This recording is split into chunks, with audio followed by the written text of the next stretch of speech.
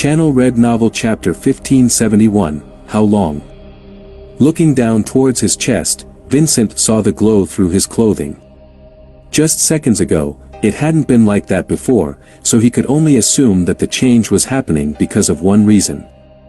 Seeing this, Vincent lowered Quinn, whom he held in his arms, and the glow around his chest started to fade. But then, when he lifted Quinn again, it began to get brighter. Vincent continued to do this a few times, moving him up, then down, up and down again. Interesting. Vincent commented.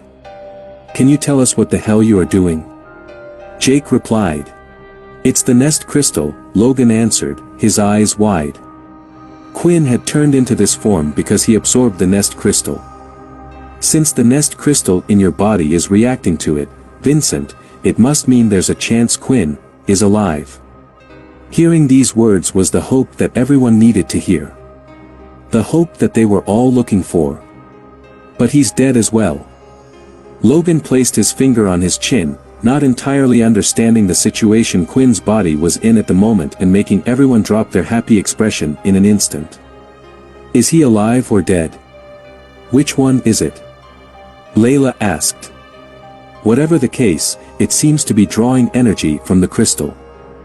Perhaps if Quinn can use this energy, then he can live. Vincent said. We don't know what state Quinn's body is actually in. If we wait any longer, there is a good chance we might miss an opportunity. If allowing him to absorb a nest crystal will bring him back, then so be it. I have already lived a long life. The others seemed saddened to hear this from Vincent. They hadn't known him long, but sacrificing one life for another just seemed strange, and most of all, they knew it wasn't what Quinn would have wanted. Calm down, Romeo. There is no need for anyone to sacrifice their lives. Logan explained. Our best bet is to head to the settlement's lab to work out how the crystal is working on Quinn in the first place. Remember, there is another nest crystal in the vampire settlement. The clones, Gene muttered as he had figured out what Logan was talking about. Correct, the nest crystal used to create the human clones. Also, the relationship between the vampires and the humans are good, and I am sure many in the cursed faction will be willing to help out the vampires for the time being. Also, the vampires have ample blood storage anyway, so that should be enough for a while. There are other nest crystals out there we can use. We don't need to sacrifice anyone for Quinn. The smile had returned to the group's faces, and each of them started to head towards the settlement. That was until they saw several small black ships falling from the sky. Some of those in the group had seen them from before. They were Dalki combat ships, and they weren't just the small pods the Dalki would usually use. Instead, these were scouts or battleships. Each of them crashed into the ground, hardly slowing down, and then coming out from them were the Dalki themselves. The first one they could see was a two-spiked Dalki. Who are these? I thought we destroyed all of their motherships. Vorden frowned. Indeed, we did destroy all of them, Sam replied. But there are still a few stray Dalkis out there. The only thing I can guess is they saw the broadcast, and they knew that Graham was fighting on here. Maybe, seeing what state we were in, they've come to try to finish us off. Seeing the Dalki, the group readied themselves for battle. For some reason, the two-spiked and three-spiked Dalki just didn't seem as threatening compared to what they had just been through. However, as each of them tried to gather some of their strength, they realized something. Their bodies were extremely weak and tired. They had rested during Quinn's fight, but they only realized now that being so close to the battle, due to the pressure of everything going on from Quinn and Graham's battle, just being next to them had drained and tired them out. I don't know about the rest of you, but this fight might be harder than we thought, Vorden said. Just before the Dalki could reach them, though, they saw a young blonde female's figure running fast through and swinging her giant sword. It erupted into flames, having slashed the first Dalki in half. Erin. She's still alive. Layla was thrilled, and it looked like Erin, unlike the rest of them, had plenty of energy left to spare. All of you head inside the settlement. Erin shouted. Do whatever it is you want. Quickly. Her hands were tense, and others perhaps would have thought it was because she was worried about the Dalki in front of her, but instead, it was something else. The group used this chance to run forward together, but they saw that more Dalki ships were landing. A few of them were worried that Erin might not be strong enough to deal with the incoming Dalki on her own. They even paused as they had entered the settlement and turned around. "We will stay and fight," Jean said as he stood with the rest of the vampire leaders. "This is our home to protect, and that is our king. Besides, we have help on the way." Looking up, they could see multiple ships returning. It was the rest of the vampires, including the Royal Knight Mukka. They were returning not just to help but because they were coming home. Seeing this, they were more confident. "Fex, you should go with them," Silver said. "He's your blood brother, right, and maybe they can do something, but if they can't, it will be your last chance to say goodbye." Fex wanted to stay with his sister, but she was right, this was a crucial moment for him, and he decided to follow the rest inside. Before they headed to the lab, Layla glanced in the distance at Erin for a second. "I feel like you should be with us as well, but I can tell, you're not coming with us for a reason, right, Erin? Is what they said, is true, that you can't control it anymore?" She thought but quickly turned around, realizing she needed to focus on someone more important right now. The group followed Vincent and Logan and eventually found themselves in the special lab, the lab where all the clones were made. The process was automatic, so even now, they could produce clones, and for most of them, it was tempting to consume some blood because of their current weakened state. Thankfully, Vincent said they did have containers in the lab that they could eat from. At the same time, the others were recharging themselves. Logan and Vincent got to work. They placed Quinn on a special bed. There was an experimental room at the back of the main factory of the lab. Perhaps to see if they could improve the process or something else. Still, it was perfect for them. The computer monitored Quinn's state, and the two were gathering information. And finally, they took out the crystal from the factory and ran a few tests on Quinn to test his condition. The others could only wait patiently for the news while the fighting continued outside, but it didn't take long for them to get an answer. "Guys, right now, Quinn's body is incredibly weak." Vincent started to explain out loud for the others to hear. "The signs of his current state are similar to when vampires go into an eternal slumber. It's almost as if his body had decided to put him in one forcefully. Usually, a drop of blood from the same family line, even those that he had created, would work, but in this case, it doesn't seem to be the case." As for the nest crystal, Logan took over. "The good news is the energy is being transferred over to Quinn when it's next to him.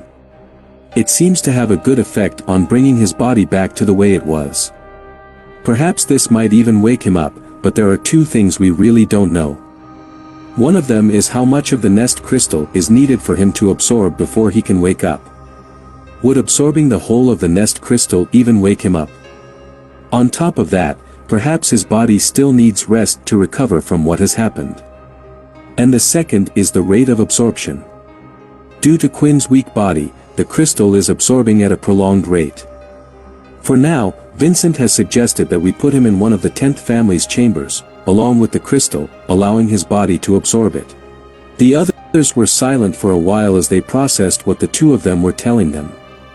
After all, Vincent and Logan were the most intelligent people the group knew. "So, are you saying Quinn will have to go into eternal slumber in those chambers, and with the nest crystal? When you say that the absorption rate is slow, how long will it take for him to absorb the whole crystal at the rate he is absorbing it now?" Sam asked. "It's hard to say," Logan replied. "The absorption rate could improve as Quinn's condition improves. His body might start to recover even quicker. There are too many variables we can't account for, but if he is the way he is right now, 10 years, yeah, it will take at least 10 years to absorb the whole crystal." Channel Red Novel Chapter 1572, Goodbye Quinn. Everyone couldn't quite believe it. Of course, they had heard what Logan had said about the variables in time, but that only meant that it was possible it would take longer or shorter for Quinn to come back. That was if he even came back in the first place. 10 years. Layla mumbled. We really will have to live without Quinn for 10 years. For a second, it made everyone imagine what life would be like if Quinn was away. The countless times when he had saved them all, and from the strong enemies that were in front of them. Even today, there was nobody else who could have defeated Laxmus. Does he have to go into an eternal slumber? Can't we just look after him with the machines we have here? Vex asked. I'm afraid that won't be possible. Vincent shook his head. We will have to make the preparations, so Quinn officially goes into an eternal slumber. At the end of the day, Quinn is a vampire, so it would give him the best chance of not just recovering but healing his body, so he will wake up just as strong as he was when he went in there. If you want to give him the best chance of waking up, then this is what we'll have to do. As bitter as it was, the others understood. Vincent had no reason to lie to them about something this important, and there was also Logan, who hadn't said anything to contradict what he was saying. A special device will be created. I have adjusted the one around Quinn's chest to allow the nest crystal to be placed there. Logan explained. At the same time, it will inform me the second he wakes up again. The others looked to be in agreement, since it was the only thing they could do. Now, they waited once again, while Logan was finishing up the details on the chest piece. In the meantime, it left the others to sit down and think.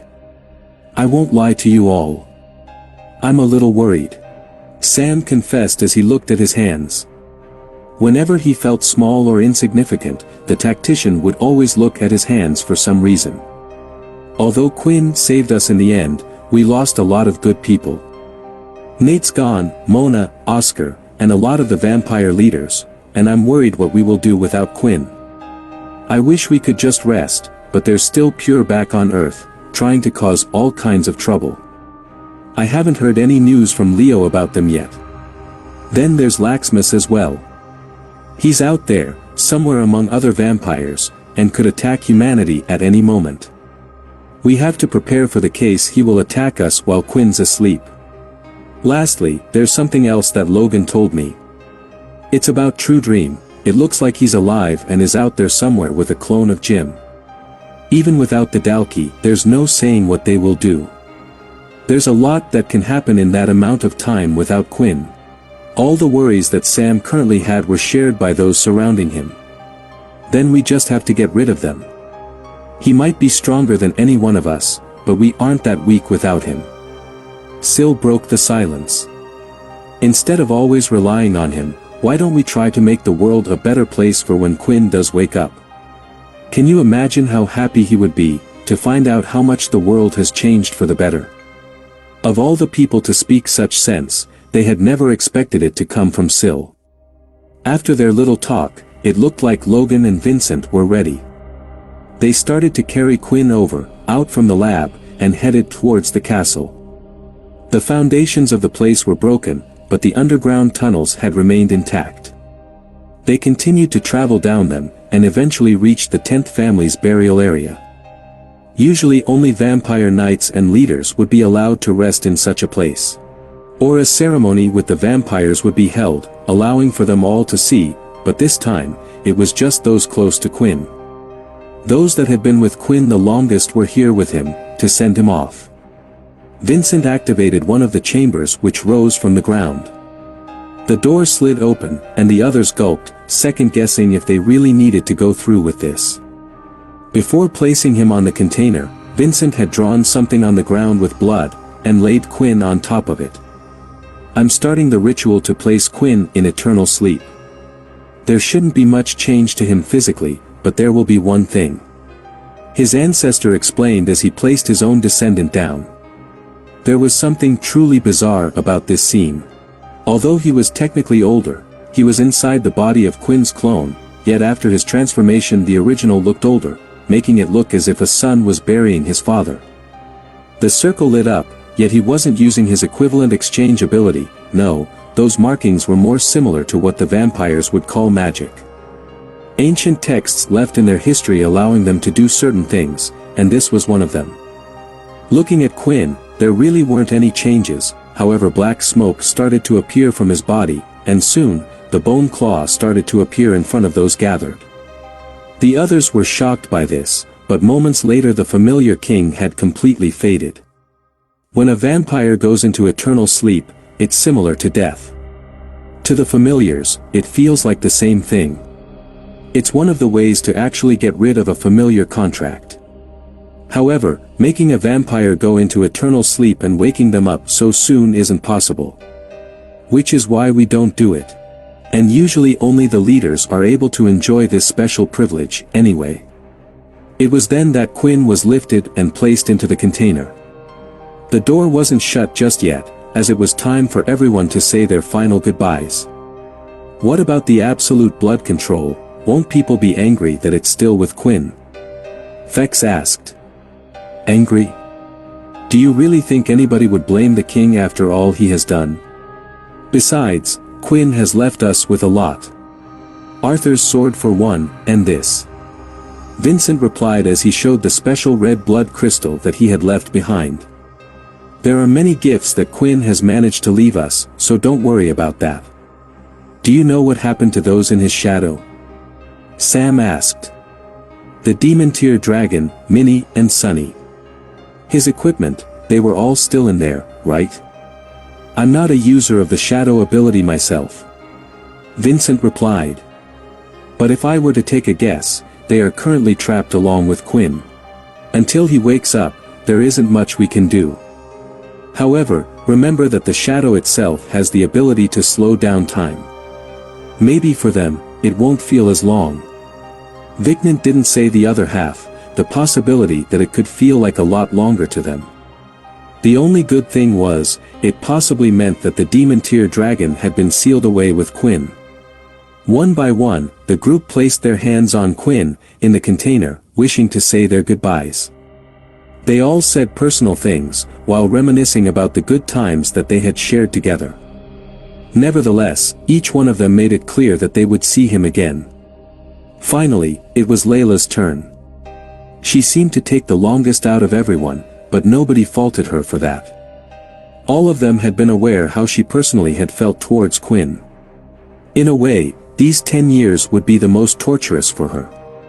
As the tears fell down her face, the others began to choke up a bit as well.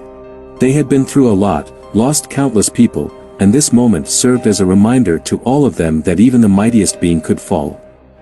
The last one to say his goodbyes, out of all of them, though, was Peter, and after speaking a few things he turned around. I wish to stay here with Quinn, Peter announced. Although his face showed only a sliver of emotion, all of them felt the loyalty in his voice. I know that he is just going to be sleeping, and he probably won't know that I'm here with him, but as long as my first friend stays here, I want to protect him. I intend to make sure that nobody disturbs his rest. As a white I never need to sleep, so I will be awake the whole time, and I will make sure that Quinn is protected until he wakes up. A lot of them wanted to tell Peter that there was no need, that Quinn would be safe here. However, from the look in Peter's eyes, they could tell he had already made up his mind. Besides, some of them thought he might get bored and decide to come out after a few days anyway. All of them stood there surrounded, watching the special tomb activate. The glass screen covered them, while the container started to spiral into the ground, eventually closing and locking in place. Enjoy your sleep, Quinn. Look forward to what we'll have to show you once you wake up again. Vorden smiled. Channel Red Novel Chapter 1573, The Return of a Legend. There was an endless black space in front of him, filled with complete darkness and nothing else. It felt like one was asleep yet, at the same time, not. There were no dreams, no sounds, no noises, nothing. And, all they could see was an endless black space. Since no thoughts could transpire, one couldn't even feel the passage of time. Meaning even the person themselves had no clue what had happened or what their body was currently doing. This was the current feeling or non-existent feeling they were going through. For how long had it been like this? There was no sense at all. And after an unknown amount of time, they finally heard a voice. You. He heard it, but whose voice was it? At the moment, he couldn't even access his own memories in his current state. You need to. Yeah, I need to do what? Make breakfast. Get ready for school. Do homework. What are you trying to tell me? You need to wake up. The voice yelled, resounding in his head. Quinn, wake up. The voice shouted once more. Quinn. Hearing his own name, something summoned inside of him. Suddenly the darkness he was surrounded in began to diminish and disappear. In return, a bright white light started to shine in his mind, and with it, images flashed through Quinn. Everything is coming back to me. Quinn felt. All of the flashing images were everything that Quinn had gone through so far, and the memories were returning to him with every detail. Memories from when he was a child, memories of when a certain individual had knocked at Quinn's door, declaring that his parents had died. The memories flooded his head. They were all coming back to him, how his life had changed, how it had started when he first had arrived at military school, turning into a vampire from that book, meeting Vorden, meeting Fex, another vampire for the first time. The school tournament, Fex being abducted, saving Fex, returning to the world during the Civil War, the multiple fights he fought, allies he made along the way, and the allies Quinn lost as well, saving Vorden from Blade Island and barely pulling him back from death's door. Not just once, but multiple times. Founding what is now known as the Cursed Faction, becoming part of the Big Four. Then, saving the vampire settlement from the new King Cindy, losing close allies to him once more. The start of the Dalkey attack, becoming the Vampire King and finally fighting against Graham. Having completed the quest and become something beyond a vampire, he had managed to defeat Graham. I did a lot during that time. Quinn thought. I guess I'm dead now, I guess I can finally rest. Oi, you idiot. Didn't you hear me? You have to wake up, the voice screamed in his head once more.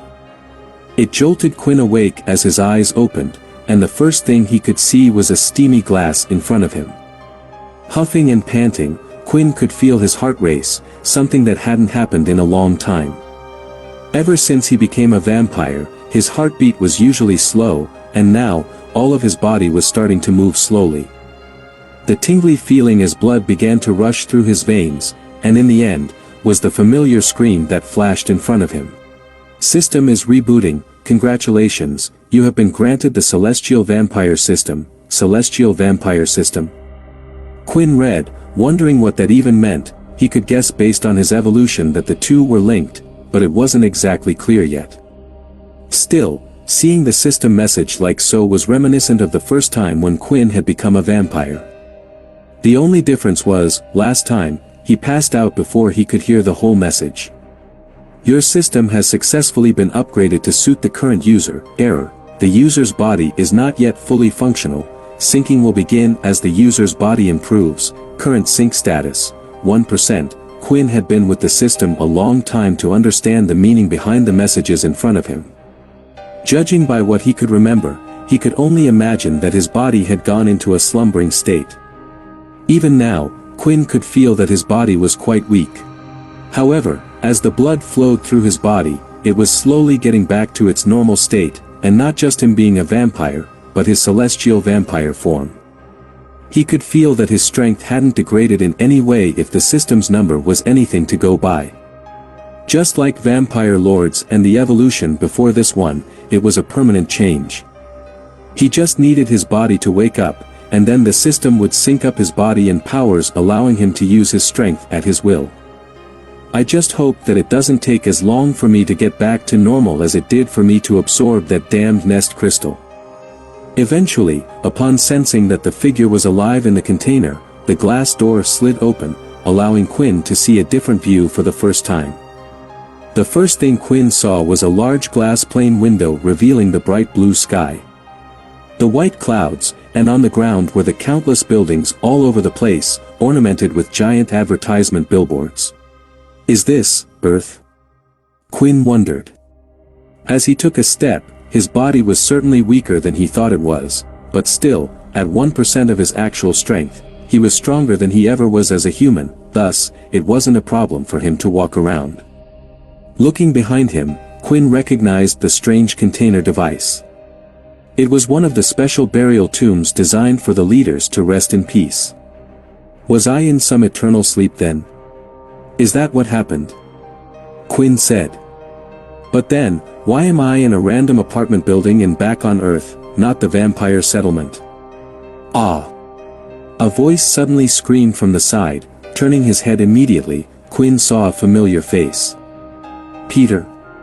Quinn, you finally came out of that thing, what the hell? But you were asleep, it's really you.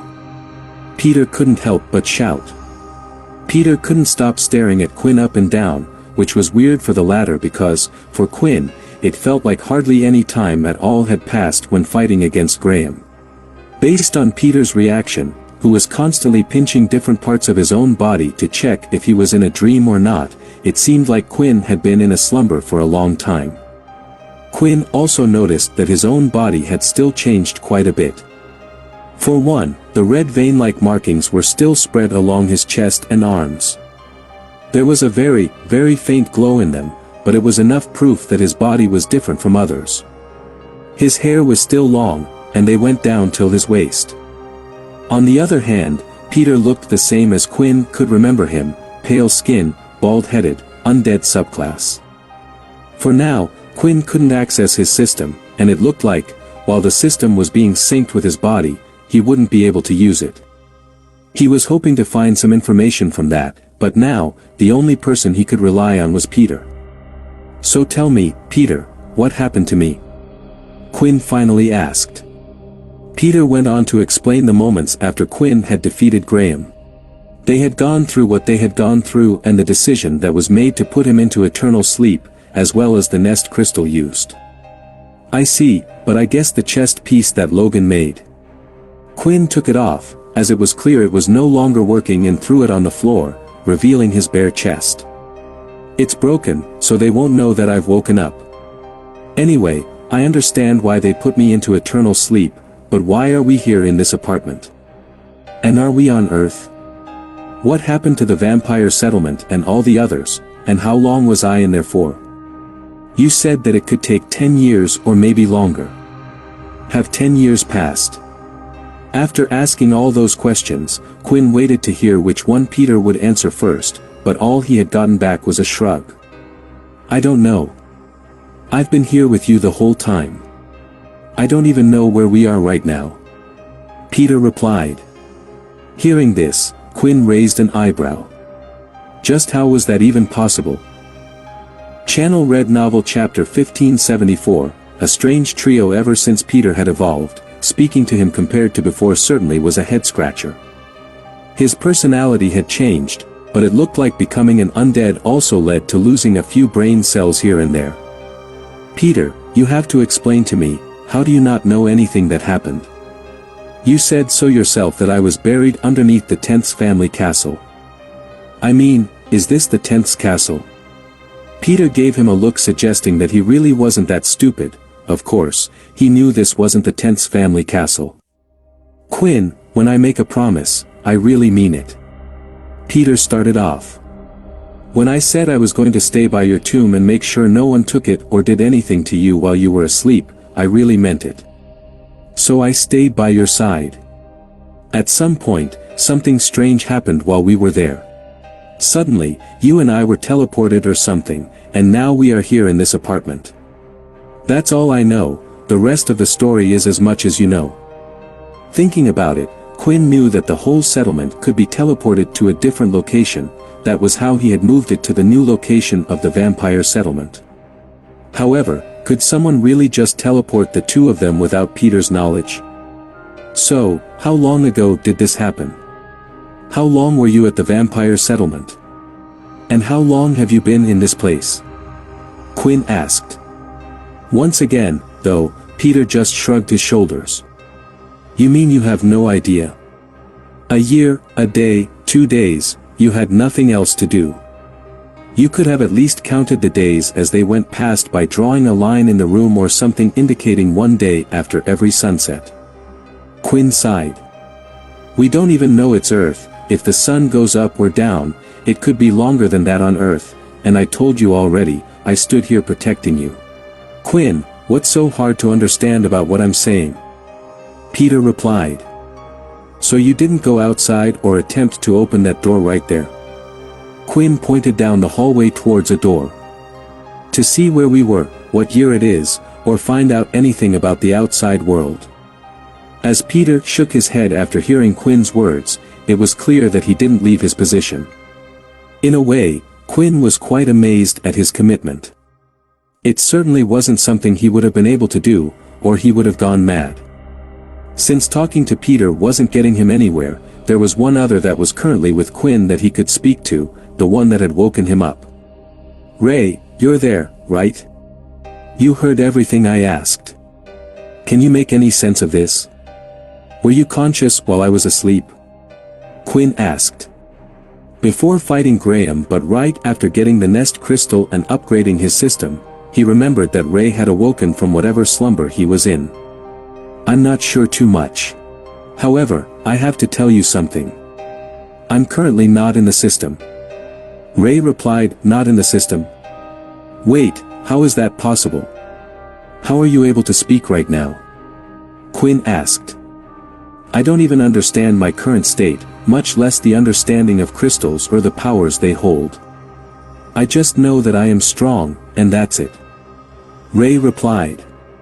But if you want an answer, I'll give you one. One that I think fits. I believe that the power of the first nest crystal had brought me back, my consciousness back, that is. However, the second nest crystal that you absorbed. You only needed a small part of its energy, and it allowed me to use the rest of it. And when the crystal was fully absorbed, I found myself in what I believe to be your shadow space. Don't ask me how your shadow powers work or why this happened. But remember, the power of the shadow is quite special. Its origins are nearly as mysterious as the origins of all the abilities that humans know of to this day. Honestly, Quinn couldn't wrap his head around it either, but Ray was in his shadow space. Didn't that mean he was currently alive? Did he have a physical body in there? No, I do not, just my consciousness moved there, although I did have a small portion of my power. Similar to how I let you access it through the system, and I have used it to make a nice little home in your dragon pet you have with you. Ray replied. Dragon pet. It was then that Quinn realized that Ray was referring to the demon tier beast that Quinn had placed in his shadow. If what Ray was saying was true, now Ray's consciousness was inside the demon tier pet. Oh no. Quinn thought as he realized something else. Sunny and that little girl. They were both in the shadows with me, and I never released them when you guys put me into eternal sleep. Quinn said out loud he was so surprised. Immediately, figuring this out, Quinn placed his hand out and used his shadow lock skill to release them. Although his body wasn't what it used to be, perhaps his blood powers were still getting better. The shadow powers he had learned to use, he could use them all just fine. Wah! A girl's voice was immediately heard, crying her eyes out. She was around the age of 6 or 7, it was hard for Quinn to tell, but he did know one thing, the girl looked the same age as when he put her in the shadow space. Does even shadow lock stop things, or does time just move slower there, like when I trap attacks in my ability? Quinn thought, but now was not the time to worry because although Minnie was moving, it didn't look like Sunny, who was by her side, was. Kneeling, Quinn observed the latter. She was battered and looked just as bad as when Graham had her in her hands. Quinn waited for Minnie to calm down so he could get some answers from her because there was one other change. It was the fact that she no longer smelt like a human, but instead, she smelt like a vampire now. After eventually calming down, Minnie opened her mouth to speak. She spoke about how Sunny was still alive but incredibly weak when Quinn pulled them into the shadow space. Graham had hurt her beyond the point where she could naturally heal. Currently, she had drunk some of Minnie's blood, but it was useless. The wounds inflicted on her body were from Graham's werewolf form, thus, she couldn't heal them on her own. Since they were in space and didn't know how long they would be there, Sunny decided to do something. It was a gamble, but she thought it was the best chance of the girl's survival. So, in the end, Sunny ended up turning Minnie. Vampires didn't need blood to live, they just went crazy without it, turning into bloodsuckers. Still, Sunny believed those on the outside would work it out, but eventually, she ended up dying, leaving Minnie on her own. However, a short while later, she had made a friend, claiming that she met with the dragon and played with it a few times. The two had managed to keep each other company. From what Ray just told me, he must have been using the dragon body to look after Minnie. I'm glad things worked out. If Ray had never regained consciousness and taken over the dragon, Minnie would have most likely died. Quinn thought. Now, Quinn had a better understanding of what happened, but still, he knew nothing about the current world. Thus, all that was left to do was head outside. Quinn used his shadow equip and placed some clothes on his body. He realized that both of the blood sets were no longer present. At the same time, his blood gauntlet also had disappeared. This most likely happened when Quinn transformed and decided on his final attack. Everything made out of blood on his body had disappeared, and same for the armor that was in his shadow. Still, he had the rest of his beast gear, his demon tier gauntlet and his blue fang set. He didn't equip his blue fang set because when heading outside, for now, Quinn didn't want any attention until he knew precisely what was going on and got information about the state of the world. Who knew, maybe travelers, among other things, didn't exist anymore. So he just wore some normal clothing he had stored away. Is that Arthur's power? Minnie asked. Arthur? Yes, aren't you that girl, the one that Arthur looked after? It was then that Minnie started to cry once more as she welled up. He joined them, because of me, they kept me, and used me against them, and. It's not your fault, Quinn said as he rubbed her head. The Dalki were coming after us no matter what, and Arthur, he saved my life. I liked him a lot as well. Arthur must have adored you, huh? For some reason, Quinn felt like he owed Arthur a lot, even after he had put him through everything, but the girl in front of him, she was innocent, but at least he could do one thing. Hey Minnie, you told me you want to find your mother, right? Well, let's go and look for her together. I promise that I'll protect you until we find your mother. You can trust me. I'm a friend of Arthur, that's also why we have the same power. Quinn explained. Minnie still looked scared but decided to nod and follow him. Before leaving, Quinn placed Sunny back in his shadow space for now and would give her a proper burial when things settled down, but now it was time to head out the door and see what the new world had in store for them. Layla, Sam, Borden, Logan, are all you guys still alive? Channel Red Novel Chapter 1575, Big Changes. Before leaving the apartment, Quinn decided to inspect the whole place. All three of them looked around to see if they could gather any clues. For one, someone had to own the apartment in the first place. Peter had stated that not a single person had visited the apartment during his time here, which meant that someone had purposely teleported them to this place and had prepared the room for them as well. On top of that, not one person had visited them during Peter's time in the tomb. Either they were moved fairly quickly, which didn't make any sense, or something happened that had stopped them from visiting. Whoever organized all of this, Quinn hoped that they would have left something, a reason, maybe an update of what was going on outside, but other than the container that Quinn was slumbering in, it looked like there was nothing else worth noting in the room. I guess I should put away the tomb as well, although it's a bit strange carrying my own tomb around. We don't want anyone finding it and asking questions, Quinn said as he placed it inside his dimensional space. Quinn wasn't done there yet, though. He looked out the window at the people below. It was hard to imagine they were in a shelter because no matter how far he looked, he couldn't see the edge of the shelter walls like he used to be able to.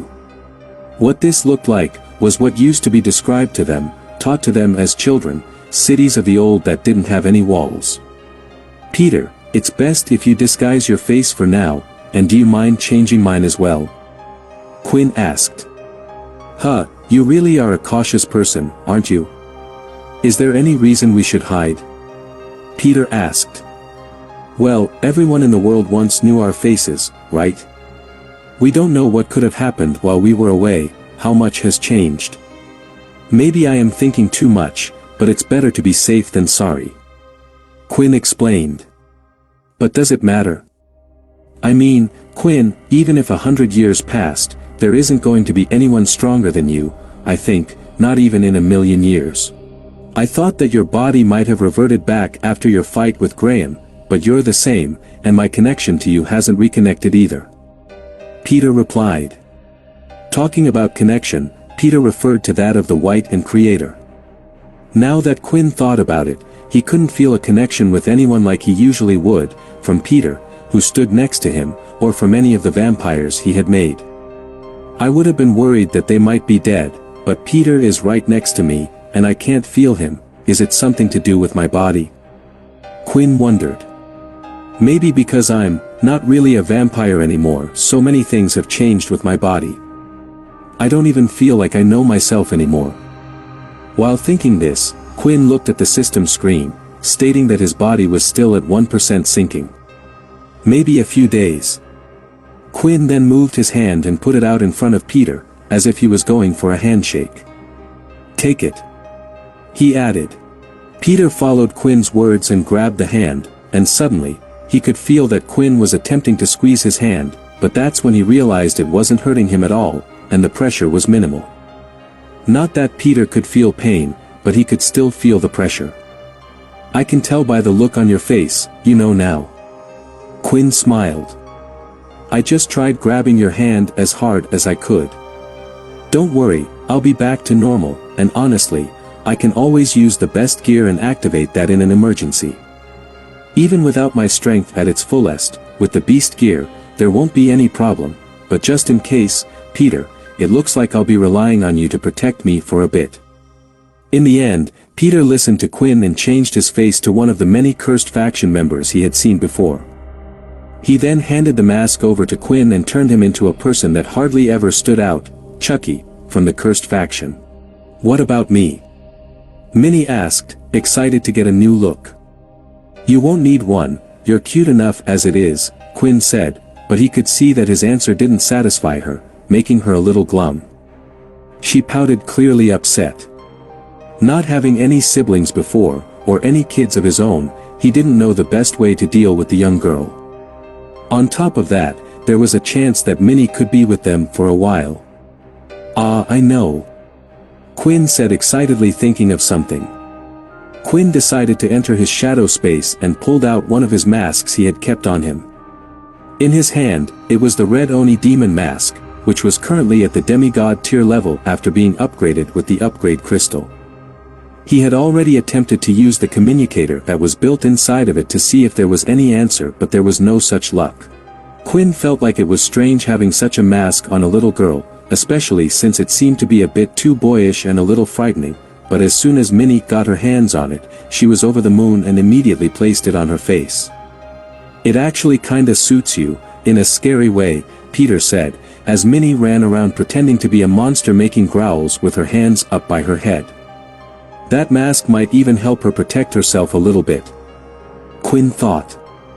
Still, there was always the shadow space if he wanted to protect her, but with her being in the shadow space for so long already, he felt guilty if he was to put her inside it again. Before opening the door to the outside world, Quinn's hand hesitated just before it touched the doorknob. What's wrong? Peter asked. I'm just worried about what we might find out. I'm a little scared.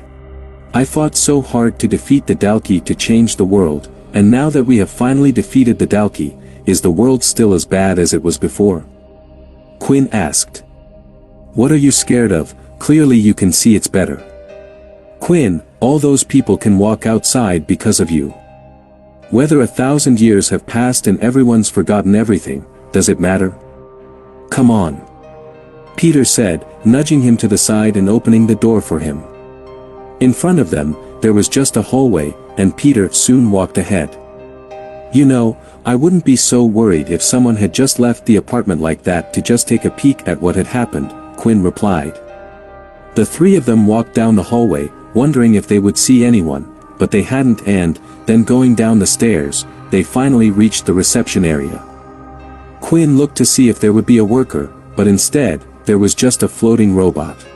As they reached the exit, the door opened, and finally, they were on the normal streets of the world, flying spaceships above, moving about in an orderly fashion, robotic and automated machinery everywhere, but what else was noticeable was that many were wearing beast gear. Even walking around the city, these people had their weapons on them. The weapons were sheathed or put away, but it reminded Quinn of what the developed shelters would look like, mainly the A-tier or above shelters. Taking a deep breath, Quinn stood in front of a random person on the street, a middle-aged man. "Sorry, sir, do you know where we currently are, what planet we are on?" Quinn asked. "What planet are we on?" "What planet are you on, you weirdo? Who doesn't know what planet they are on?" The man ignored him and walked straight past. Seeing the next person, Quinn tried to talk to him, but most people wouldn't give him the time of day. "Sorry, do you know what year we are in?" Quinn asked. "What year? Are you shooting a time-traveling movie or something?" A woman replied without halting her steps for even a second as she continued to move her way. "Arg, this is so frustrating," Peter shouted. "Just use your influence skill on them or something and get an answer." I can't. Something weird is going on," Quinn said as he looked at his hand. He had sensed something when he was stepping towards the woman he talked to just a moment ago. Closing his eyes, Quinn started to focus. "What do you mean you can't? It's just one or two, so why don't you use it?" Opening his eyes, Quinn was thankful that his body could still do this much, but without his body being at his previous level, he wouldn't be able to do it for long nor sense those that were too far from him. The good thing was, his powers were better than before, and there was no need to touch them. "All of these humans, they have the power of Chi," Quinn answered. "Either we're on a planet full of pure members, or something serious happened while I was asleep." Thanks for watching and subscribe my channel.